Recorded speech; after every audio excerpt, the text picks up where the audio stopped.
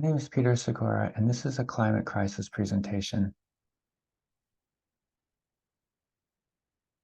Stefan gave us the hothouse Earth study, which said that after the Ice Age, the Earth had the Holocene, and we have had 10,000 years of livable climate, and the Earth is right here, the Holocene, but because of the greenhouse gas emissions and because of the way that civilization has progressed, the Holocene has ended and we are now in the Anthropocene. So the Holocene was scheduled to go on for another 10,000 years, but they have stolen the 10,000 years from us in front of our very eyes. The Anthropocene is the age of humans, and because of human emissions, biosphere degradation, the Earth is approaching a planetary threshold where tipping points will be tripped and intrinsic positive feedback loops will lead the Earth to runaway global warming. The way to prevent that is to use Earth system stewardship to reduce emissions and degradation, avoid the tipping points, and get back to a stabilized Earth. So the Earth right now is kind of like a pinball in a pinball game, and it could go either way. Massachusetts Institute of Technology has the Climate Interactive Simulator, En-ROADS and C-ROADS, and you can see that according to En-ROADS, they are saying with business as usual, there's going to be 3.3 degrees global warming above pre-industrial levels, which is basically that hothouse Earth scenario. So how do we avoid that? We have to get back to levels where the Earth can go on and human life can go on. So what that means is we're going to have to take coal, we're going to have to subsidize coal, stop subsidizing coal, and we're going to have to tax it very highly. Then we're going to have to reduce new coal infrastructure, and we're going to have to reduce coal utilization, and we're going to have to increase coal retirement. We're going to have to tax oil, tax natural gas, tax biofuel, and we're going to have to put a carbon price on carbon, subsidize renewables.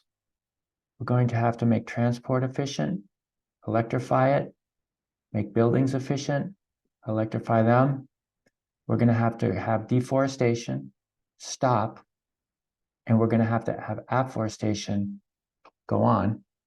And we're going to have to make sure that methane and other gases like nitrous oxide, those gases are not released as much, and that release is highly reduced.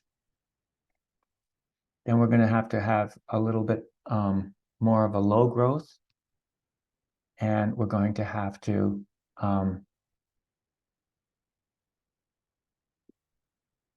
do zero carbon, and we're going to have to do some carbon removal. Now, if we get to 1.2 in the future, that is where we are now. We're at 1.2 now. So instead of going from 1.2 to 3.3, which is what the business as usual model shows, we're going to want to go from 1.2 down to 1.2. And you can see, instead of having all these gigatons of carbon released every year, we're going to have to stop releasing greenhouse gases. If you look at C-ROADS, this is also at MIT. If we have peak emissions at 2023, peak emissions at 2023, okay,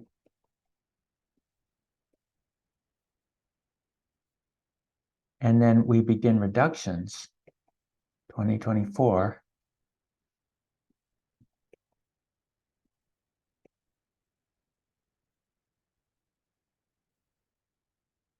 And then we reduce them by 20%.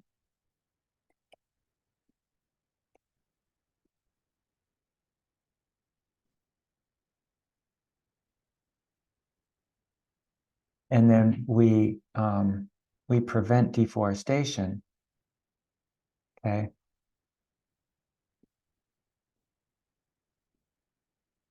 And then we promote afforestation.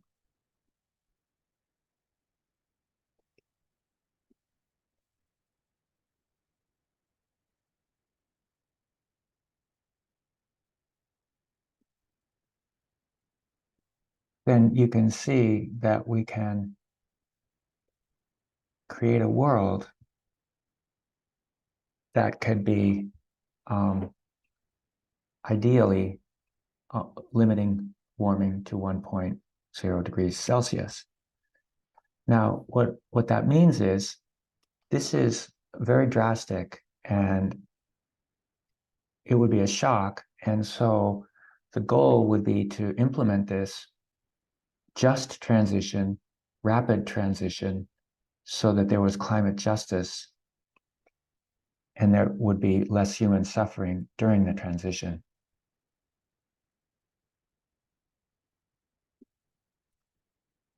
University of Leeds had the study Good Life for All Within Planetary Boundaries, and they basically looked at the different countries and what were they doing, okay? You can see that the y-axis shows social thresholds achieved. So if you look at all the 11 indicators of a society that's functioning, you can think of each one as being an important part of society. One would be healthcare, education, housing, jobs, okay, freedom, quality of life, things like that. So if you have 11 indicators of a society that's working, you're in good shape. So the best is to be at 11. Now, if you produce those goods and services and implement them in a society, you're going to use stuff and you're going to either stay within planetary boundaries or you're going to exceed those boundaries. So one boundary is greenhouse gases, one boundary is nitrogen, which is for fertilizer, one boundary is like trees and things, and another boundary is like ocean, if you're good to the ocean. So what you'll find is if you're at 0 on the x-axis, that's good. But if you're at 7, you've basically transgressed all the boundaries. So the worst countries are countries like the United States, right? And then what you see here is Vietnam is the only real global leader by meeting 6 needs while only exceeding 1 boundary. So they're, from an ecological standpoint, they're doing a lot of things right. If you look at Earth Overshoot Day, you can see that the Earth's ability to regenerate its stuff should be considered. Now, back in 1970, that was the last year that people used a year's worth of stuff that was able to be regenerated in a year. So Earth Overshoot Day was December 31st, which is the way it should be. But because of using too much stuff, then there was Earth Overshoot Day went to November, October, September, August, and now it's in July. So why is that happening? Is people are using too much stuff. If you look here, the worst offenders are Qatar, Luxembourg, Canada, United Arab Emirates, United States of America, Australia. And they're using too much stuff. Now, the countries that are more ecological are Jamaica, Ecuador, Indonesia, Cuba, Iraq, Guatemala, Egypt, Colombia, okay, and then Vietnam, El Salvador, Uzbekistan. So those countries are kind of better on this chart. If you look at Mauna Loa, this is showing that right now our parts per million of carbon dioxide in the atmosphere is 422 parts per million. And unfortunately, the safe level is 350. And we had 350 back in 1985. Pre-industrial levels were carbon dioxide was in the 200s. So if we can get back down to 350 and below, then it's going to be the target. Oxfam did the study talking about who is emitting carbon, and you can see here that the richest 10% is emitting about half of the world's carbon. And so some people are saying one of the best ways to address the crisis is to tax the wealthy so that they can't fly around in their private jets and stuff. Climate Reality Project is a way for regular people to get training for free to become effective climate communicators. And you join a training and you learn how to communicate, and they will give you a bunch of slides that you can use with the script so that you can communicate to your audience and you can adapt it. There, you could do a 10-minute presentation, or you could do, there's 500 slides you could choose from, and they're all up to date. And so it's very easy to use and to communicate. They say one of the things that's really important for communicating is to do a lot of listening. And that's not what this presentation is, unfortunately. But to communicate effectively, you have to listen and to the audience. Some people get worried, like, oh my gosh, this is so overwhelming. What do I do? And they get overwhelmed. So this is one way to look at how to make a decision about how to be a part of the solution.